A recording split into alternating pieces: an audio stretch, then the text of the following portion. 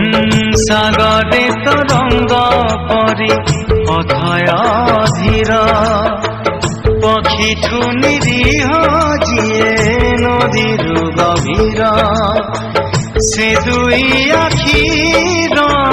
দেবী মুখী না